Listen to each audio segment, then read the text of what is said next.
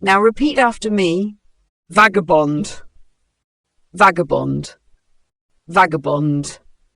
Meaning, a vagabond is a person who wanders from place to place without a fixed home, often leading a carefree or unsettled lifestyle.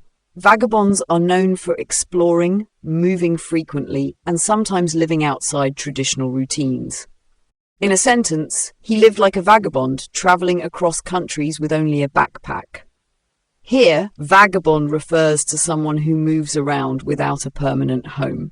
Let's try another example. Stories of vagabonds inspire those who dream of a life full of adventure and freedom. If you understand the word, comment below with your own sentence using vagabond. Synonyms. Some related terms for vagabond are wanderer, a person who roams without a specific destination. Nomad, someone who moves from place to place, often without a permanent home.